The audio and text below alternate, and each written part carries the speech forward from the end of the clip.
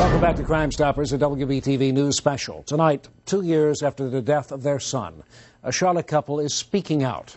They're convinced they know who killed their son, and they say they aren't the only ones. So what's standing in the way? Well, they say the community is afraid to talk to police, and that silence, they say, is tearing them apart inside. Killing my boy like that is killing me now. It's been almost 2 years since Johnny and Claudette Blackman got the terrible news. Their only son walking home late one night down this wooded path between houses, shot several times by, of all things, a high-powered rifle. Well, it makes a distinctive sound, so we would think that a lot of people would have heard it and would have maybe looked out. Somebody did, but somebody isn't talking, not to police, and that's the rub. I know that somebody saw, I know that somebody was there, and all we want you to do is come forward with the information. We don't want to know your name. All we need is the information. All of Eugene Blackman's family members showed up to make sure that you knew they all loved him. That was him always, a smile. I always say a good guy, a good guy. And they won't forget this 30-year-old electrician who leaves behind 4 children, 2 boys, a girl, and Eugene Jr., who was born after his father was killed. So you have a pretty good idea, or at least a notion of who did it. Yes, I know who did it. I have no doubt. As a matter of fact, the day that it was done, I came around here and went to their porch, knocked on their door, and told them, pointed to each one of them, and told them. And they said, and eventually, you're going to be caught. Well, an emotional mother who's heartbroken. Can you help her solve this case? It's information that you may not hold. Contact Crime Stoppers, 704-334-1600. You won't be asked your name. You could earn a $1,000 reward. And CMPD is working on another murder mystery. 2 months ago this week, a woman found her longtime husband shot and killed here at their family business in South Charlotte. A bullet hole right there in the window speaks volumes about what happened. But we still don't know why.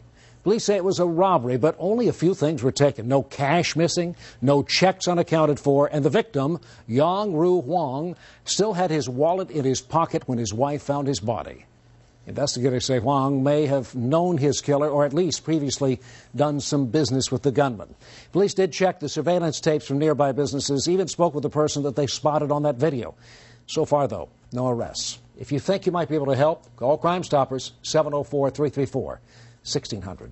So many of the Crime Stoppers cases that come across my desk are of shooting.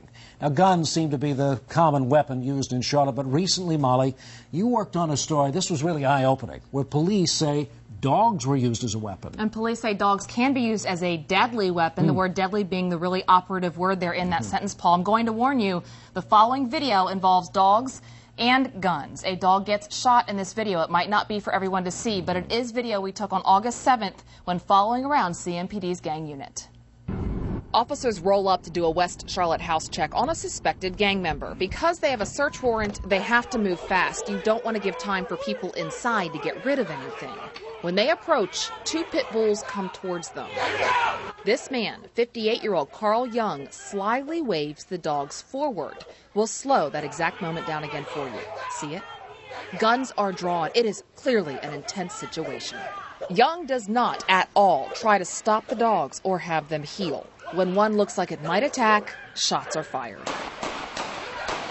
The pit bull does not die. It is later euthanized. Young, who was not the suspected gang member, is arrested and charged with assault on a government official employee. Attack dogs, remember, can be used as a deadly weapon. What we're going to do is start off and split up at least one officer per probation officer. This event happened on the 3rd day of an operation gang detectives were involved in last week. They worked with state parole and probation and other CMPD patrol to go after problematic gang members. The group would debrief, get folders with mugshots and alleged gangbangers, and head into the neighborhoods.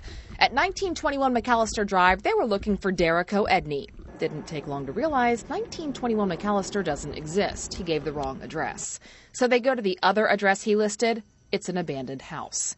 Here, officers are looking for Otis Johnson, a Beatty's Ford Blood. Here, they're looking for Devachia Littlejohn, a West Trade Blood. Here, on Reed Avenue, they're looking for Troy Kirkpatrick. They say he's part of M-Town. Place after place, spot checks, house calls.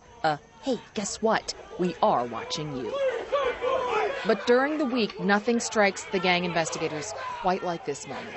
They deal often with people who have weapons, but it's not very common, they say, that weapon is a vicious dog released upon you. One of the things that stands out most to me about that story is a pretty subtle fact. That was on a Friday, a little bit after 10 a.m., broad daylight. You could tell that. They rolled up. They had no idea that they were going to have to come within 5 to 10 minutes later face-to-face with the pit bull and end up shooting the dog. And they're in shorts, by the way, 2 of the 3 officers. Right, right. Some of them were patrol officers, some were gang detectives. But it's one of those things you don't know what you're going to see when you arrive at a scene, and that's what those gang detectives face so much. That's what I've learned by following them around the past couple months. Yeah, such is the bane of a policeman. You never know what the day is going to bring. You never know. You think it's a late-night operation or early morning bust, but it could just be 10 a.m. on a Friday morning. Well, Molly, still ahead on Crime Stoppers, the chief of police putting gang members on notice. We know who the gang members are, but when we go back, we want to look at the activity. A candid interview with Charlotte's top cop, Chief Rodney Monroe, just a little bit later. And up next, 2 Crime Stoppers mysteries. 2 families want answers. A young man robbed and gunned down in the street. A mother of 3 killed and dumped on the side of the road. Will you help solve these cases? Crime Stoppers continues next here on WBTV News.